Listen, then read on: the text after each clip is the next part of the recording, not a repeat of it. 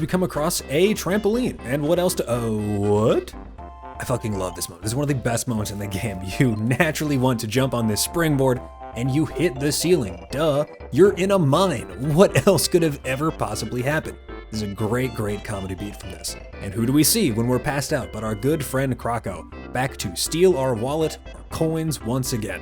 And just as before, we get a little bit ahead of him, set a trap, and engage in battle. He is still not too difficult of a boss, poses a little bit more of a challenge this time than the last time, but he wilts pretty quickly, just like your common thief.